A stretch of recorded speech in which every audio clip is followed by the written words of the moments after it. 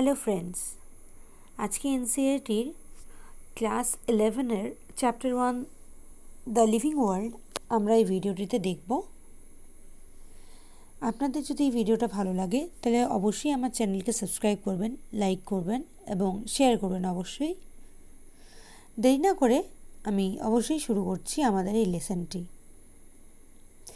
যেহেতু আমরা সবাই লিভিং অর্গানিজম এবং আমরা এই পৃথিবীতে বাস করছি, আমাদের সাথে নন লিভিং যে বস্তুগুলি রয়েছে অবশ্যই আমাদের তার সাথে ডিফারেন্স রয়েছে। তো এই চ্যাপ্টারটাতে এটাই বলেছে যে লিভিং অর্গানিজমের সাথে নন লিভিং অর্গানিজমের কী কী ডিফারেন্স। তো আমরা সেই ফিচারগুলো দেখে নেব। ফার্স্ট, অর্গানিজম যেগুলো রয়েছে সেটা growth. That means living organism must grow, increase in mass and increase in size and also number. পরবর্তী ফিচারে চলে যাচ্ছি। পরবর্তী feature is reproduction, that means multiplication and production of new progeny. কোনো একটা অর্গানিজম শুধুমাত্র একটাই অর্গানিজম থাকে না এবং তার থেকে কিন্তু নতুন নতুন অর্গানিজম তৈরি হয়। সেই প্রোডাকশন যে প্রসেসটা সেটাই হচ্ছে রিপ্রোডাকশন, যেটি লিভিং অর্গানিজমের মধ্যে রয়েছে। Next characteristic is metabolism.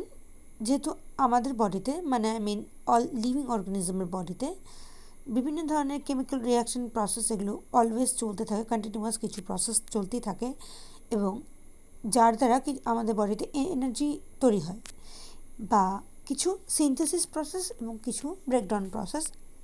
এই জিনিসগুলো কিন্তু আমাদের বডিতে সবসময় চলতে থাকে। শুধু আমাদের বডিতে নয়, যে কোনো লিভিং অর্গানিজমের বডিতে এটা কিন্তু প্রেজেন্ট রয়েছে। So this is also a good feature of living organism. Let's move on to next feature of the living organism. Okay, so the next feature is consciousness. So I am going to highlight it. The consciousness becomes the defining property of living organism. তার মানে সজাগ থাকা, মানে আমরা যে aware আছি সেই জিনিসটা হচ্ছে আমাদের consciousness.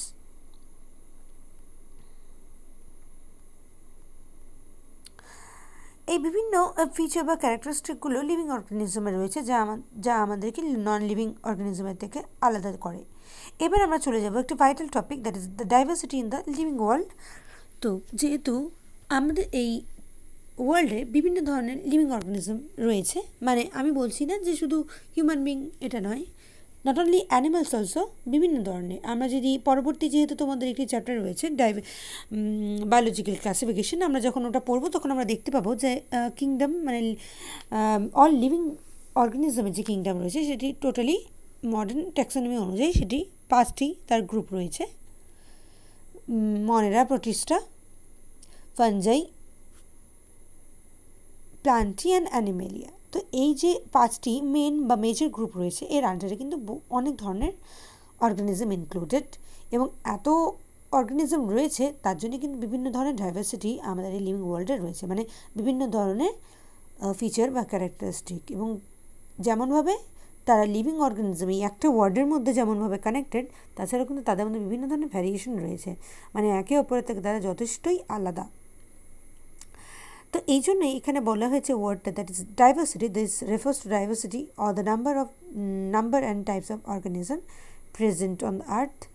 We should remember here that as we explore new areas and even old ones, new organisms are continuously being identified. That means এটা না যে অলরেডি আমরা যা যা অর্গানিজম আছে সেগুলো সম্পর্কে যতটা জানি, তার মানে এটা না যে ইনফরমেশন কিন্তু এখানেই মানে থেমে গেছে এমন না, কিন্তু ইটস এ কন্টিনিউয়াস প্রসেস। তার মানে যখনই নতুন নতুন কোনো জায়গা এক্সপ্লোর করা হচ্ছে, কোনো নতুন হ্যাবিটেট এক্সপ্লোর করা হচ্ছে, তো ডে বাই ডে কিন্তু নতুন নতুন আননোন স্যাম্পল, মানে আননোন লিভিং অর্গানিজমের স্যাম্পল কিন্তু তার ডেটাটা কিন্তু সেগুলো ইনক্লুডেড হচ্ছে। দ্যাটস ওয়াই বায়োডাইভার্সিটি ওয়ার্ডটা এক্সিস্ট করে। দ্যাট মিন্স অবশ্যই যদি কোনো নতুন একটা স্যাম্পল এক্সিস্ট করে, মানে তাকে যদি খুঁজে পাওয়া হয়, ডিসকভারি হলো, তাতে কি হবে যে তাকে কিন্তু অলরেডি নোন স্যাম্পল, মানে অলরেডি নোন লিভিং স্যাম্পলের সাথে কিন্তু তাকে ম্যাচ খাইয়ে দেখা হবে যে হ্যাঁ তার মধ্যে কি তারা কি ইনক্লুডেড, মানে অলরেডি সেটা কি ডিসকভার্ড হয়ে গেছে নাকি না। যদি দেখা যায় যে না, কিছু হলেও একটি বা দুটি ক্যারেক্টারিস্টিক তাদের মধ্যে নেই বা সামহাউ তারা আলাদা একটা দুটো হলেও ফিচার হলেও তাহলে কিন্তু যে রিকগনিশন পাবে যে হ্যাঁ সেই আননোন স্যাম্পলটা কিন্তু অলরেডি যেগুলো ডিসকভার তার থেকে কিন্তু আলাদা। That means this diversity this variation always exist in living organism world which is the living world. তো এখন এই বায়োডাইভার্সিটির মধ্যে কিন্তু কতগুলো শব্দ ভীষণভাবে important. That is first is nomenclature, that means the naming of organism. তার মানে যে যদি ধরি কোনো আননোন লিভিং অর্গানিজম ডিসকভার হলো, তো সেই রুলস অনুযায়ী কী হবে, ওকে একটা কিন্তু প্রপার স্পেসিফিক একটা সায়েন্টিফিক নাম প্রোভাইড করা হবে, যেটা কিনা তাকে একটা মানে তাকে কিন্তু স্পেসিফিক রিকগনিশন দেবে। তার মানে সেই নামটা কিন্তু অন্য কোনো অর্গানিজম হবে না, সেই ইউনিক নেমটা কিন্তু তারই হবে শুধু, ঠিক আছে। That's known as this process is known as nomenclature.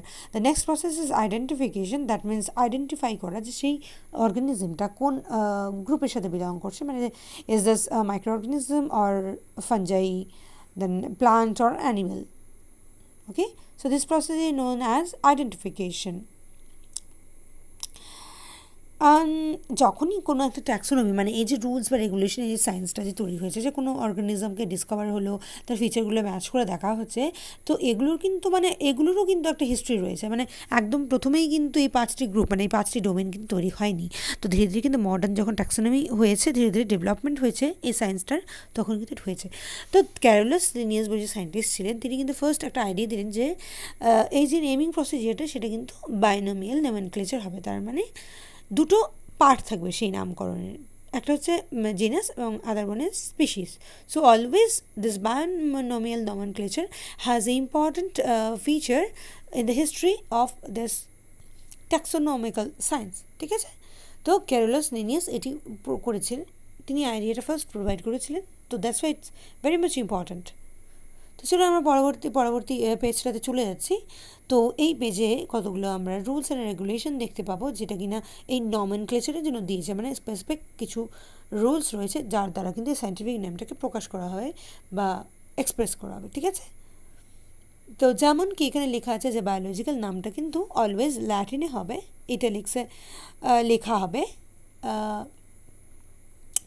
আর এই ল্যাটিনাইজ যে নামটা এটা কিন্তু ওদের যে রয়েছে they are Latinized and derived from Latin irrespective of the origin. মানে কিন্তু অরিজিন মানে যে কোথা থেকে যে আবিষ্কৃত হলো বা ডিসকভার হলো তার সাথে কিন্তু এটা রিলেটেড নয়, ঠিক আছে।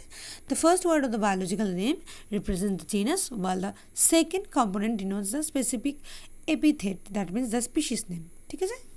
তো দ্যাট মিনস আমি কি বললাম যে এই যে গ্রুপটা রয়েছে, এই যে নেমিং প্রসিজিয়ারটা হবে, সেটা কিন্তু দুটো পার্ট, যেটা অলরেডি আই মেনশনড। তো both the words in a biological name when hand written are separately underline. That mean যখনই আমরা হাতে লিখবো এই নামটা, যেহেতু কোনো প্রিন্ট বেসিস যদি হয় তাহলে সেটা ইটালিক্সে লেখা হবে, ল্যাটিন ইউজ করা হবে। কিন্তু যখনই আমরা হ্যান্ড রাইটিংয়ে লিখছি অলওয়েজ সেটা কিন্তু হ্যান্ড রিটেন যখন হচ্ছে তখন কিন্তু আমরা দুটো নাম কিন্তু আলাদা আলাদাভাবে লেখা হবে এবং সেটি আন্ডারলাইন্ড হবে।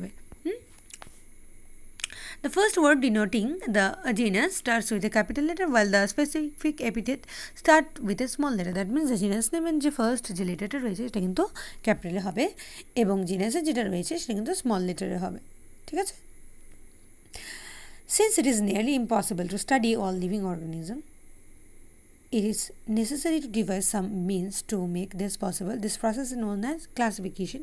So classification is the process by which anything is grouped into a convenient categories based on some easily observable characteristics. That means বলছে যে এত হিউজ অ্যামাউন্টে অর্গানিজম রয়েছে, এখন একটা নতুন করে যদি কোনো একটা অর্গানিজম ডিসকভার হয় তার পক্ষে সম্ভব না যে লাখ লাখ মিলিয়ন বা এত অর্গানিজমের পক্ষে কিন্তু তার প্রত্যেকটা ডেটার সাথে ম্যাচ করে তাতে মানে হিউজ টাইম কনজিউমিং ব্যাপার। এই জন্য যাদের মধ্যে কিছু মিল রয়েছে, সিমিলারিটিস রয়েছে, সেই হিসাবে কিন্তু সেই অর্গানিজমগুলোকে ভাগ করে কিছু গ্রুপে ডিভাইড করা হয়েছে এবং সেই সিমিলারিটি অনুযায়ী সেই আননোন যে নতুন স্যাম্পলটি ডিসকভার হলো বা সেটা যদি আননোন নাও হয়ে থাকে বা কোনো নোন স্যাম্পলের সাথে ম্যাচ খেয়ে থাকে, চেষ্টা করার জন্য কিন্তু সেই গ্রুপগুলো রয়েছে। সেই যে গ্রুপ করার যে প্রসিজিওর বা সায়েন্সটা বা যে প্রসিজিওর সেটা কিন্তু এই classification. Okay, so classification is important here.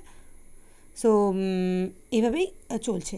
So based on characteristic or living organism can be classified into different taxa. The process of classification is taxonomy. That means আমরা কিন্তু সব ফিচারগুলো দেখে নিলাম যে হ্যাঁ কী কী রয়েছে, আর মরফোলজিক্যাল মানে এর ইন্টারনাল এবং এক্সটার্নাল সব এই ফিচারগুলো দেখলাম, দেখে তাকে ক্লাসিফিকেশন করলাম, একটা গ্রুপ তৈরি করে দিলাম, সেটা classification procedure.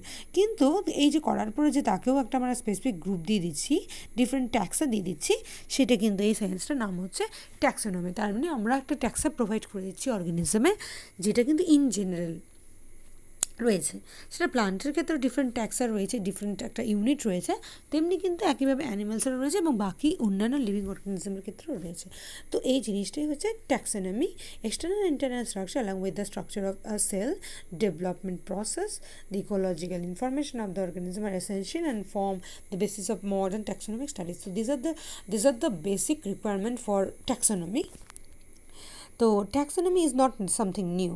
I mean, human being always been interested in knowing more and more about the various kinds of organisms, particularly with the reference to their own use. In early days, the human beings needed to find sources for their basic needs of food, clothing, and shelter. Hence, the earliest classification was based on the uses of various organism. মানে বলছে যে ক্লাসিফিকেশনটা আজকের নয়, বিভিন্ন মানে অনেক পুরনো সময় থেকে চলে এনশিয়েন্ট টাইম থেকে চলে আসছে। সো এটা হয়তো আগে ব্যাপারটা সিম্পলের ছিল, কিন্তু ডে বাই ডে এটা যেহেতু ডেভেলপমেন্ট হয়েছে, তো দিন দিন এটা কিন্তু কমপ্লেক্স হয়ে গেছে। তার মানে এই না যে এটা একদমই সাডেনলি কোথা থেকে এসে পড়লো, তেমন নয় কিন্তু। হ্যাঁ, তো এটা একটা লম্বা হিস্ট্রি রয়েছে। সো এই যে ব্রাঞ্চ অফ স্টাডি, মানে this branch of study was refer to as systematics. মানে এই যে আমরা অর্গানিজমের ডাইভার্সিটি পড়ছি, ওদের রিলেশন পড়ছি, ওদের ফিচার্সগুলো পড়ছি, অলওয়েজ একটা অর্গানিজমে বাকি অর্গানিজমদের সাথে আমরা যে কানেকশন যে ক্রিয়েট করছি বা জিনিসগুলো যে আমরা নিয়ে স্টাডি করছি, this is known as systematics. So systematic science branch of study that deals with the taxonomic characteristic or the classification, identification, nomenclature of living organism. ঠিক আছে, তো আমরা চলে যাবো এবার ট্যাক্সোনমিক ক্যাটাগরিতে। দ্যাট মিনস ট্যাক্সোনমিক ক্যাটাগরি এবং all categories together constitute the taxonomic hierarchy. মানে বিভিন্ন ক্যাটাগরি এই ট্যাক্সোনমির মধ্যে রয়েছে এবং তার কতগুলি স্পেসিফিক নাম রয়েছে। মানে আমরা বলবো যে কতগুলি ইউনিট রয়েছে। মানে ধরে নিচ্ছে যে মানে একটা ইউনিট মানে ইটস লাইক বড়োর থেকে ছোটো এমন কিছু আমরা ক্যাটাগরি তৈরি করলাম। ঠিক আছে, তো সেই মানে বা সেগুলোর মধ্যে কিন্তু নাম্বারগুলো ভ্যারি করবে। তো সেই যে জিনিসগুলো রয়েছে সেই জিনিসগুলোকে একসাথে আমরা বলি ট্যাক্সোনমিক হায়ারার্কি, এবং তার মধ্যে যে পার্টগুলো ইনক্লুডেড রয়েছে that's known as taxonomic category. তো আমরা দেখে নেব সেই ট্যাক্সোনমিক ক্যাটাগরিতে কী কী রয়েছে। আমরা যদি পরবর্তী পেজটাতে যাই, তো আমরা এখানে বিভিন্ন নামগুলো কিন্তু দেখে নেব। First is species, genius, family. Move on to the next page.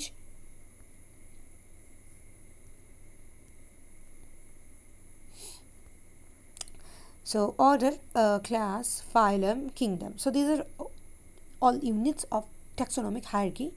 So this figure also represent the same. See, kingdom হচ্ছে সবথেকে আগে এবং rest others are lower keys of this taxonomic hierarchy.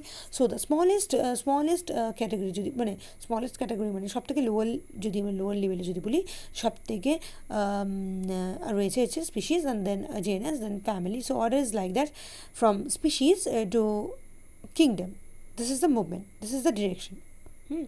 তো কিংডম কিন্তু একটা মানে লাইক ধরো animal kingdom, এর মধ্যে কিন্তু অনেক অর্গানিজম ইনক্লুডেড। মানে সাম আপ করে আমরা বলছি যে এটা প্ল্যান্ট কিংডম, অ্যানিম্যাল কিংডম বা মাইক্রো অর্গানিজমের কিংডম, যেটাই বলছি আর কি। ঠিক আছে, পরবর্তী পেজটাতে চলে যাচ্ছি আমরা এখানটা দেখে নেব কতগুলি নাম যে এখানে একই হিসেবে দেওয়া আছে। দেখো, আমরা যদি এটাকে একটু জুম করে আমরা দেখি যদি যে organism with their taxonomic category. See এখানে যে বায়োলজিক্যাল নামটা দেখতে পাচ্ছি, ফার্স্ট আমরা যেহেতু হিউম্যান, অবশ্যই আমি হিউম্যানটাকে এরা আপাতত ফিচার করছি যে ম্যান। তুমি কি হচ্ছে, biological name is Homo sapiens, so the genus name is Homo, family is Hominidae, order is Primata, class is Mammalia and the phylum is Chordata. আর আমরা জানি যে এটা অবশ্যই অ্যানিম্যাল কিংডমের মধ্যে পড়ছে। Same as other examples also আর সেম অ্যাজ লাইক ম্যান। আমরা যদি পরের এটাতে যাই, পরের যে পোর্শনটা রয়েছে এই পেজে, that is taxonomic aids. That means taxonomic studies of various species like plants, animals and other organisms are useful in agriculture, forestry, industry in general, the knowledge of our bioresources and their diversity. The studies would require correct classification and identification of the organism Identification of organism requires intensive laboratory and field studies. The collection of actual specimen of plant and animal species is essential and is the prime source of taxonomic studies. তার মানে কি বলছে যে বিভিন্ন ধরনের যে taxonomic এই যে সায়েন্সটাকে নিয়ে আমরা ডিল করছি তার জন্য কিন্তু আমরা স্যাম্পল দরকার, বিভিন্ন ল্যাব দরকার। আলটিমেট কিন্তু এগুলো আমাদের নলেজে মানে বায়ো রিসোর্স হিসেবে কাজ করবে এবং বায়োসায়েন্সের বিভিন্ন নতুন নতুন ইনফরমেশন অ্যাডিশনে সেটা কিন্তু হেল্প করবে। তো এটারই কিন্তু একটা পার্ট হচ্ছে এই herbarium. The herbarium is the storehouse of collected plant specimen that are dried, pieced and preserved on sheet. Further, the sheet are arranged মানে আমরা এখানে একটা ছবি দেখে নিচ্ছি। হারবেরিয়াম মানে বলছে বিভিন্ন ধরনের প্লান্ট স্যাম্পল যে রয়েছে এগুলোর কিন্তু স্যাম্পলগুলোকে খুব মানে কেয়ারফুলি রাখা, কেয়ারফুলি কনজার্ভ করা এটার কাজ, এই হারবেরিয়ামের কাজ। সো আদার যে জিনিসগুলো রয়েছে ইম্পর্ট্যান্ট এই ট্যাক্সোনমিক এইডসের মধ্যে সেগুলো কিন্তু হচ্ছে যে botanical garden, museum and others also. যে আমরা নেক্সট পেজেও চলে যাই, দেখতে পাচ্ছি আমরা এখানে জুলজিক্যাল পার্ক রয়েছে, বিভিন্ন ধরনের অ্যানিমালস রয়েছে, তাদের ইনফরমেশনগুলো রয়েছে।